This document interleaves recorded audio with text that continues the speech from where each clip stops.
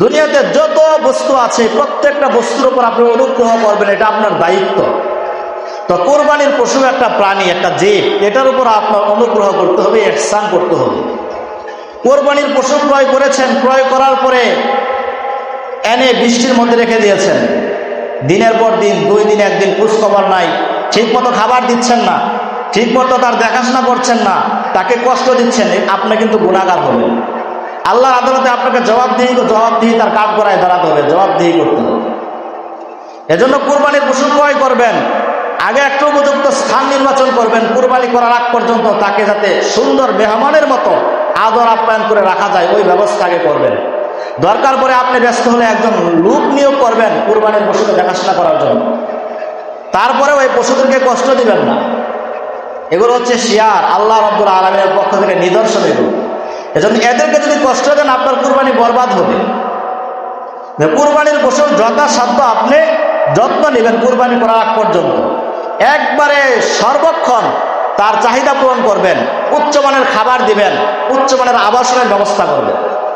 এগুলো আল্লাহর মেহমান। তো আল্লাহ রাসূল সাল্লাল্লাহু আলাইহি ওয়াসাল্লাম হাদিসের মধ্যে বলেন যে, হে মুসলমানগণ, ফাইদা কতালতুম ফাহসিনুল কিতলা, যখন তোমরা কোনো মানুষকে হত্যা করো জিহাদের ময়দানে, যুদ্ধের ময়দানে বা দণ্ডবিধি স্বরূপ যখন তোমরা মানুষকে হত্যা করো, তখন উত্তম রূপে হত্যা করো।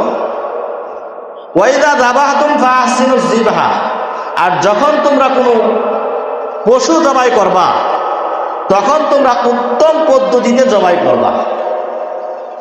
তো উত্তম পদ্ধতি কি হবে? আল্লাহ রাসূল সাল্লাল্লাহু আলাইহি ওয়াসাল্লাম হাদিসের মধ্যে একটা পদ্ধতি বলেছেন, ওয়াল ইহিদ্দা আহাদুকুম শাফরাতাহু, যে ব্যক্তি পশুটাকে জবাই করবে সে অবশ্যই পশু জবাই করার আগে তার ছুরিটাকে ভালো করে দাঁড় করে নিবে। এটা পশু জবাইকারীর উপর দায়িত্ব, মালিকের উপর দায়িত্ব। পশুর যে ছুরি দ্বারা জবাই করা হবে সেই ছুরিটা যেন দাঁড়ালো হয়। কেন দাঁড় করতে হবে?